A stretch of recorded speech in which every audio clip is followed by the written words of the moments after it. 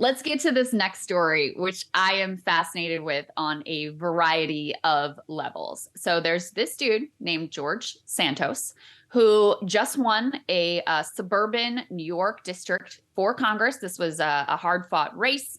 And he portrayed himself as an immigrant who was the sort of like classic embodiment of the American dream, successful business owner. He had this whole rags to riches story that he was peddling. There's about to be a twist in the story, but first let's take a listen to how he was presenting himself during the campaign.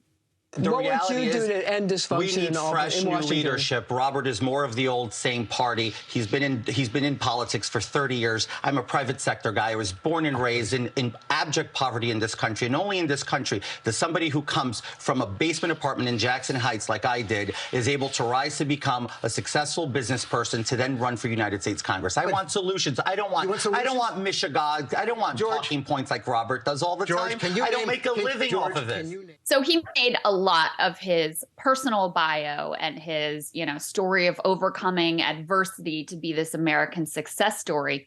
Well, a little belatedly here, the New York Times has dug into that biography and found effectively all of it is a lie, or at least they could find no basis for anything from where he currently lives to where his income comes from to where he went to college to previous firms that he worked for. So the headline here is, who is Representative-elect George Santos? His resume may be largely fiction. Mr. Santos, a Republican from New York, says he's the embodiment of the American dream, but he seems to have misrepresented a number of his career highlights. That is to say the least. They found that he could not verify that he said he worked at Citigroup and Goldman Sachs. They said they had no record of it. He said he went to Baruch College. They said they had no record of him there. He said he founded this nonprofit called Friends of Pets. The IRS said they had no record of that charity. One of the greatest mysteries here, Saagar, is he does seem to have, at this point, a fair amount of money. He donated $700,000 to his own campaign during the midterm election, so that cash came from somewhere. And yet the businesses that he's associated with, there's basically no records of what type of business they're engaged with. He claims to own a number of properties that he derives income from. There's no record of what those properties ultimately are. He hasn't disclosed them as he's supposed to. So there's a whole lot of questions here, up to the point of, he has a certain address listed of where he votes from. They went to that address and the person there was like, I have no idea who or what you're ultimately talking about. Put the next piece up here because this kind of sums it all up. They say, this person on Twitter says, let me get this straight. George Santos, whose campaign bio is below, lied about working for Citigroup and Goldman Sachs, lied about graduating from Baruch College, lied about having an animal rescue charity, made bank doing ? And maybe lied about owning a real estate fortune. So a whole lot going on here ultimately, Saagar. Yeah, but the thing is, the money came from somewhere. So whose money is it? Where did this money come from? Who are you, dude? There are so many questions. My favorite thing, too, is he was like, in his response to this, he said, George Santos is a fighter. George Santos is standing up against the corrupt Washington. They're like, I don't care about George Santos lying about his resume. That's almost the immediate one. But the major one is, what the hell was his opponent doing? What was the DCCC, the Democratic Party, doing? Let's throw this up there on the screen. How did they not catch literally any of this? As this person says, apparently the New York Democratic Party, the Nassau and Queen Democratic Parties, the DCCC, the Zimmerman campaign collectively employs 0 opposition researchers. And even his opponent says, this story is not a shock to me. We always knew he was running a scam against the voters, but we were drowned out in this race where crime was the focus and the media had other priorities. I just think this is complete cope on behalf of this, whoever this gentleman is, because clearly he did not do his due diligence research kind of whatsoever. I mean, Krystal, you ran for Congress. I'm assuming that even at the most basic level, you have some level of opposition research that the Democratic Party provides to you. So this is a massive systemic failure on their part. even the most bare bones campaign would hire what is called an opposition researcher to look at, okay, what past statements have this person made? What sort of, is there a criminal record? Are there, is there a tax lien? Does the bio check out? Is he who he represents himself as?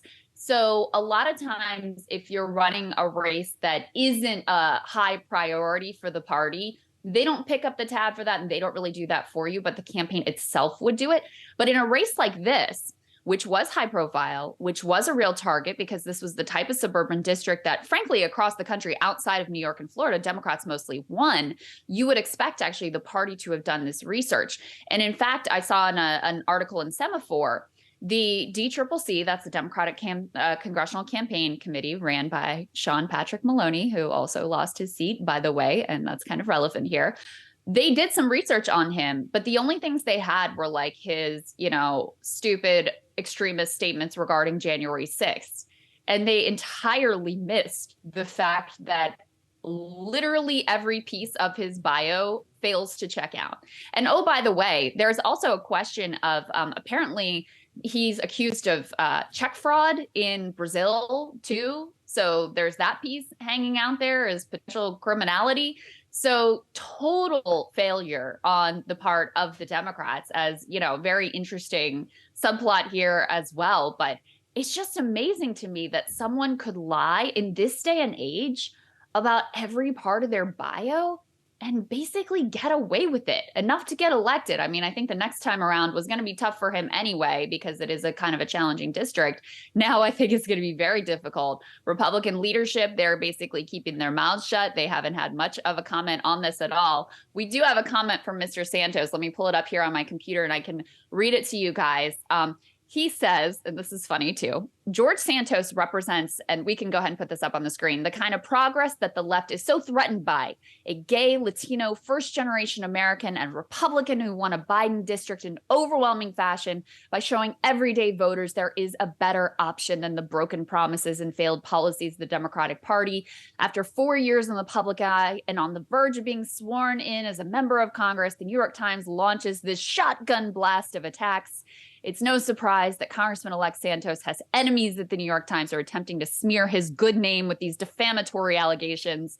As Winston Churchill famously stated, "You have enemies? Good. It means that you've stood up for something sometime in your life." So there's a lot going on there. Most importantly, he doesn't actually deny any of the allegations, number one. Yep.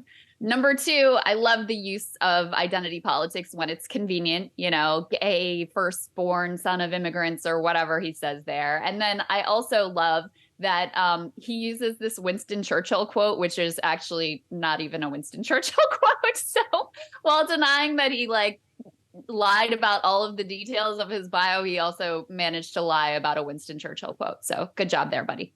Yeah, it's all just a little bit too perfect. Will it matter? I don't know. I mean, Richard Blumenthal lied about getting drafted, right? He's still a senator from Connecticut. This is a little bit more extreme. Will the Republicans seat him? Will they do anything about it? Probably, right? Will he resign? Doesn't look like it, but yeah, amazing and a huge failure by the Democratic Party here. Yeah, well, and Kevin McCarthy, obviously they have a very narrow majority in the House to start with, so they don't want to do anything about it. And this guy has pledged his vote for Kevin McCarthy as Speaker of the House, and Kevin McCarthy is having trouble gathering the votes to be able to do this. So don't expect any courage here from the Republicans. And one more just brazen detail about the web of lies that he apparently created. He said at one point that he had lost 4 employees in the Pulse nightclub shooting.